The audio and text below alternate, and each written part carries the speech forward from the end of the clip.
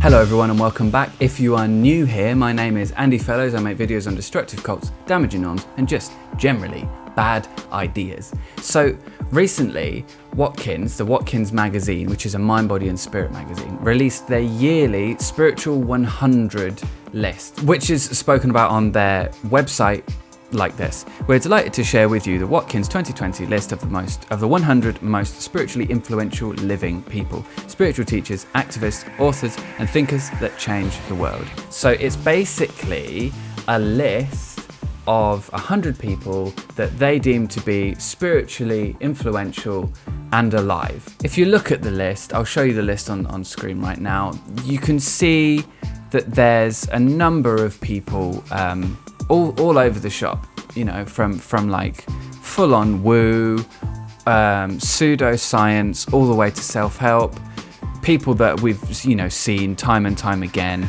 and then people like Greta Thunberg as well, who I don't know the name of every activist, so I can't speak to whether there's any other activists on here, but Greta Thunberg's on there as well. So personally, if I was making a list like this, there's probably a few people I wouldn't have added on there, and maybe there's a few people I would have added on there, but there's definitely some people that I wouldn't have put on there. I think what's really important when we're looking especially at like spirituality and the woo and the alternative medicine and things like that we're really clear about how to determine someone who is, you know, legit saying something useful, helpful, insightful, true, and someone who is saying something which is maybe not the case, or someone that is saying something that they've misunderstood or something like that. You know, I think that in the case of spirituality, in my experience, there's a lot of kind of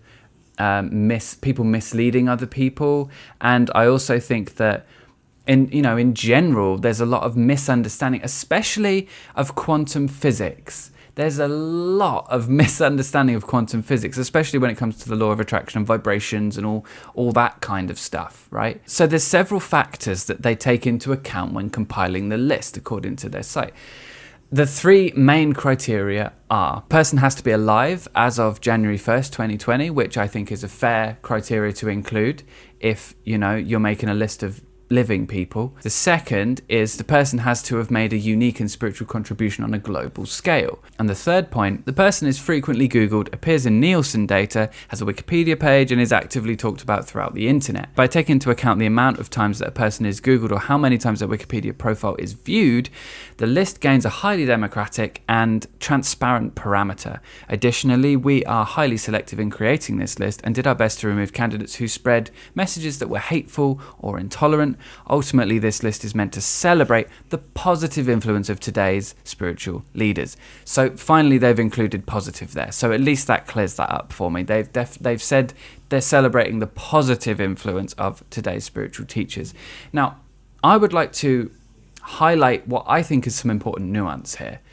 It's 100% possible that someone who isn't saying anything hateful or intolerant can have a negative influence on the world, on whatever it is that the spiritual teacher, I've got cat hair here, whatever it is that the spiritual teacher is speaking on, right? 100% I think that that's something that should be taken into consideration. So if this were me, if I were doing this, then I would definitely be looking for more than whether they're saying hateful or intolerant things. I think, of course, if someone's saying something hateful, if someone's saying something intolerant, definitely it's worth considering discounting them for it. I think it's important to look at whether it appears hateful or intolerant but actually isn't hateful or intolerant. You know, when you dig down and you really start to figure out what the nuances of that situation are there. I think there's a lot of talk in terms of religious groups and people speaking out against certain religious groups, not cults, and I want to make that distinction there.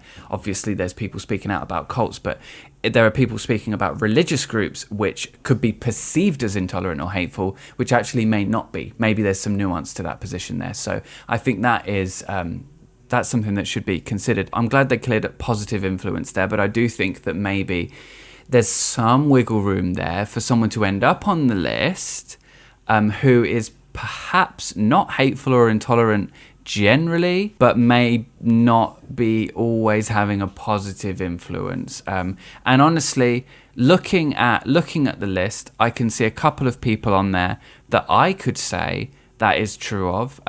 My own opinion. I'm not going to name any names. You have a look at the list. You decide who you think. I also think that there are some people on there who are making a very positive influence. And I'm happy naming those names. I think personally, Jack Cornfield is someone I've had quite positive experience listening to. I'm not endorsing him. I'm just saying, because there's always stuff you don't know, isn't there, with things like this. But there are some people there who I've had quite positive influences listening to. Jack Cornfield is one of them. So it has to be said that Tara Brach as well. Tara Brach's on there as well. I don't know too much about, as I say, the larger picture, where this stuff goes, but I think that in my experience, some of what those people have said has had a positive effect on me, so I would be interested in considering them on my list. Also, I would say Greta Thunberg deserves to be on there, despite what the people who are all into conspiracy theories have to say. I think Greta Thunberg deserves to be on that list. There are some people that I would say maybe don't. Again, my opinion. Not saying names, Deepak Chopra, not naming names. If I was doing a list like this, I may take what Watkins used on their 3 criteria, but I would also add to that a 4th point. To use a real model, a really useful, comprehensive tool to determine whether the person is having a positive or negative influence. I think it's good to celebrate the positive influence, but I would use perhaps a more specific criteria. And I don't know what criteria they use to determine whether or not someone's influence is positive or not. I have no idea. But if I was doing it myself and I was doing my own, I would look into that a little bit more. But of course I would. I make videos on destructive cults. Of course I would, right? So what I would do, if I was doing the Fellowship 2020 Spiritual 100 Living Endlessly Free 100 Spiritual people list, then I would include their criteria, fine, and then I would add a 4th. Before I suggest my 4th, I think I should make it clear, if I was going to make a list of 100 anything, probably wouldn't be spiritual people at this point. It probably wouldn't, just to be fair, right? But let's entertain for the moment that the Fellowship 100 Spiritual Endlessly whatever exists. This is what I would add to it. Now, you might be thinking, if you've watched some of my channel before, you might be sitting there thinking, they're going to suggest a bite model, aren't they? You would be wrong, but not entirely. Because, so the bite model is great if you've done a lot of research and you know something inside out. And sometimes it takes a lot of time and a lot of work to figure out whether a particular group person has a dark underbelly if the information's not out there, right? I, at this instance, would say, yeah, the bite model could be used, but there's this other thing which is intricately linked with the bite model, which was also developed by Stephen Hassan, called the influence continuum. This is what it looks like. Now, the influence continuum is useful in many ways. One of those ways is looking specifically at a leader, the leader's behavior, the things that the leader does and says, to determine, and using that to determine whether or not they are a safe leader or an unsafe leader, whether they have constructive influence or destructive influence. So I would like to, playing this game of the Fellowship 100 whatever, for the course of this video, live in the fantasy that I'm about to make this list and I'm about to employ you, the viewer, to build this list, right? This is purely a game. This is purely for fun, but I hope that it will illustrate an important point.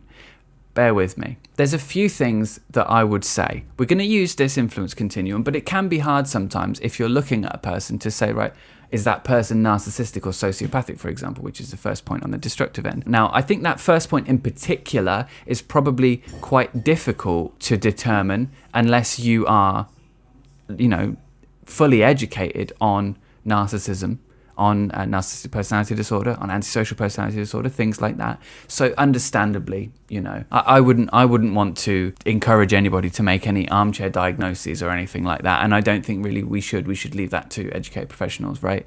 But if you're a regular person, as I am, and I'm always clear about this, I'm not an expert. Please do your own research on things like this. But if we were in this position right now where I'm saying to you, right, I want you to make a list and I want you to use this to make this this list, and to determine for a fourth criteria what we will and won't include, who we will and won't include on this list. There's a few questions that I would want you to ask if you were building that list for me. So if we're looking at the first point, the point of psychologically healthy versus narcissistic and psychopathic, which is, I probably wouldn't use that word myself. I'd probably use the names of the disorders, but that's what's written here, so we'll use that. There's a few things that I would be looking for, and there's a few things that I would say if you were building this list for me, I would want you to look out for. If you look up on Mayo Clinic, and I've included some links below, the symptoms, if you like, of narcissistic personality disorder and antisocial personality disorder, the crossover is in the points that I'm suggesting here. And again, I'm not a professional, I'm not an expert. Please do not take this as advice to that effect in any sense of the words. But if I was saying look out for this, I would be saying, look out for whether they're self-centered, look out for whether they seem to care about the way that their words and actions affect others.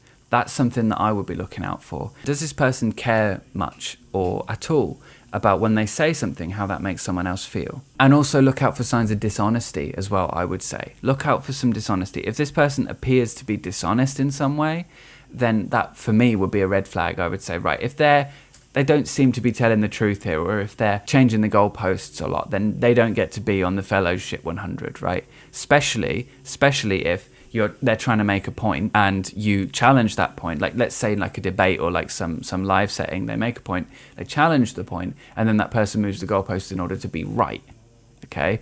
Or they look for redefinitions of words, a la Jordan Peterson. I would say I wouldn't include Jordan Peterson on my list, right? I probably wouldn't include Deepak Chopra on my list, not because I'm saying that he is narcissistic or psychopathic in any way, of course not. But what I'm saying is that definitely there's some moving of the goalposts there with both of those. I wouldn't say that either of them fit the narcissistic psychopathic criteria at all, no, but I would definitely say that they move goalposts, and for me, that would flag up as intellectual dishonesty, if nothing else. The second point is the difference between knowing their own limits and then being elitist and grandiose. So on the Fellowship 100, I don't want anybody who is stepping outside of their limits on something. I want someone to be clear of their limits. If someone is claiming to be the ultimate authority on something, they don't get to be on this list because they need to know their limits. They need to be aware. I would say a good thing to do on that one is ask the person a bunch of questions and then see if they say, I don't know, to some of them. And if they admit that they don't know something, that could be a sign that they're actually a little bit more legit, right? They know their own limits. And I'd also say that feeds into like treating others as equals as well. Like if you're with someone and they know more than you about that thing, then you may ask them questions about that thing that you don't know as much about in order to get some more insight. But an unsafe leader is unlikely to do that. An unsafe leader is unlikely to do that. I would say they will be more likely to treat themselves as being the best, the ultimate answer, the one that knows everything, and everyone else to be lesser than them most of the time. And there may be exceptions, and bear in mind that an unsafe leader may admit to not knowing something for another reason, or they may realize they don't know something and lean on someone in order to further their own ends or whatever, things like that, of course. But generally, signs of not knowing their own limits, I would say, that person, if someone doesn't know their own limits, they don't count. They don't get to be on the Fellowship 100. The third point, and I'm going to use a term that Stephen Hassan used a lot here, is around the locus of control. It's the difference between a leader empowering individuals and being power hungry themselves. So the first thing really is making sure that the locus of control is within the individual person and not being kind of given off to the leader at any moment. So if a person wants to take total control of a situation, for me that would be concerning. Like if a person is trying to micromanage every aspect of a person's life, for example, you have like a leader on stage or something and they're telling everybody how to live in every aspect of their lives, for me that would be a big no. That person doesn't get to end up on the Fellowship 100. Are these people willing and able to turn around and be like, what do you think? For me, if someone's capable of asking someone for an opinion or advice and then taking that advice, if it's good advice, then I would say that leans them a little bit more towards empowering other individuals rather than looking for like putting themselves in a position of only having influence over what happens. The fourth point on this is the difference between being trustworthy and being secretive and deceptive. Now, obviously, there's going to be instances where it's really difficult to tell, especially if people position themselves as someone who is trustworthy, and what unsafe leader is not going to position themselves as trustworthy, right? So what you want to try and be able to do is look beyond that. And if you're building the Fellowship 100, you're going to have to be able to see beyond what they present. You're going to have to be able to look past whether they're trustworthy or not, right? You're going to have to be able to see under the surface of this. And it comes down to asking good questions, right? It comes down to being a little bit skeptical, a little bit critical. So we're in the right place for that, right? What I would want to know is how this person responds when they're asked a question. Not necessarily a question that is, I don't know, can you tell me, can you inform me? But a question that highlights perhaps something that isn't quite right, or something that shows that something they've said previously doesn't quite add up, or if that is the case, how are they going to respond to that? Now, if we're building a list for the Fellowship 100, there's going to be examples of people all over the internet, right? There's going to be plenty of examples of people who are being asked questions, and maybe things that are being said are maybe contradicting things they've previously said, or maybe they're being asked a question based on something that they've said in the past that didn't quite work out. How are they responding to that? Do they modify their kind of worldview, their map of reality, their set of answers to show that they were actually right on a technicality, moving the goalposts, changing definitions of words and things?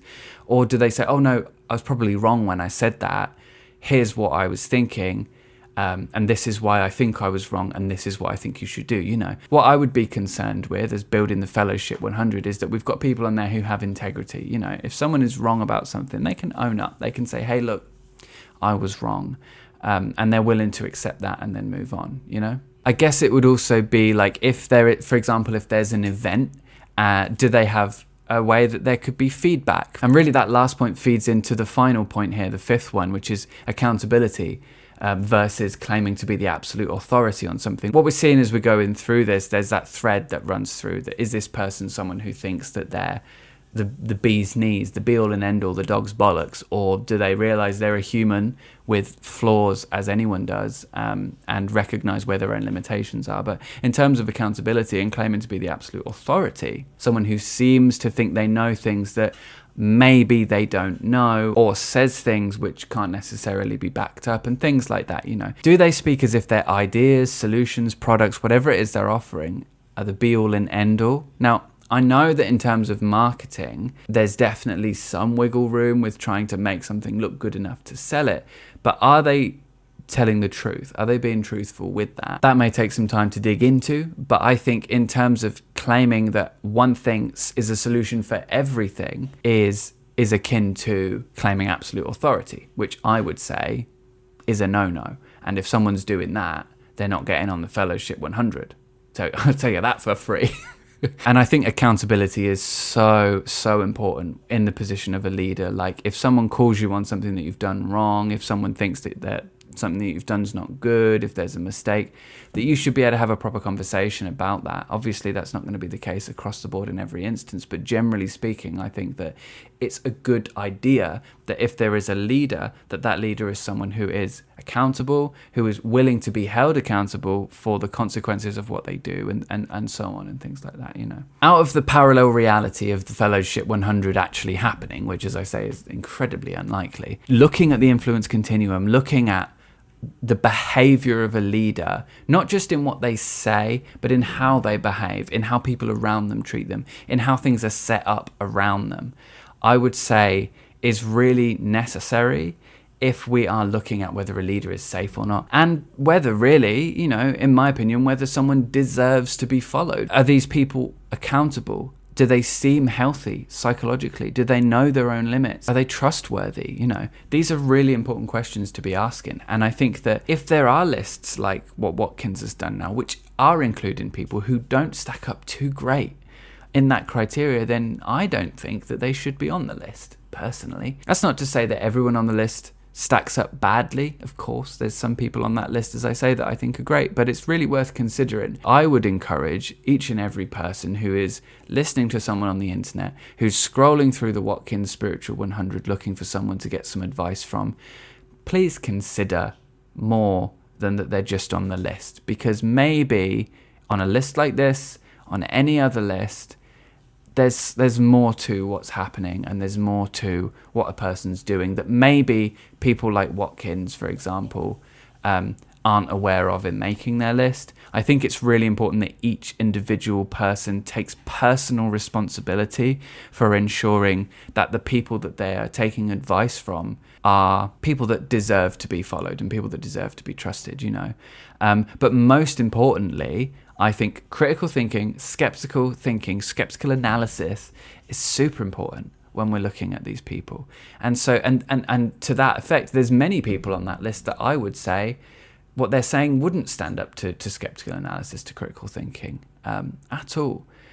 So it's definitely worth considering, you know. And really that comes back to the locus of control point that I mentioned before. Where is the locus of control? Are you giving that control over your state over to someone else? And that really, in the case of cults, it may be too late for some people that are in cults to be coming to that realization so easily. It's not too late for them to come to the realization, but it might not be so easy for them to do that. And when you get into cults and you get into undue influence and you get to situations where people do have control over other people in more ways than one sometimes, the waters get muddied a little bit there. But, you know, in terms of influence, maybe not quite into the cult area, it's definitely useful. It's definitely worthwhile considering things like the influence continuum when you're determining whether someone is worthwhile to listen to. From where I'm standing, that's something to consider. Thanks so much for watching the video, and I really hope that you got something from it. I'm actually at the moment looking at doubling my output of putting 2 videos out a week. I might not be able to make it every week, but hopefully I'll be able to do that. So if you want to see more from me, hit the subscribe button, hit the like button, show that support to the channel. And if you really want to support the channel and help me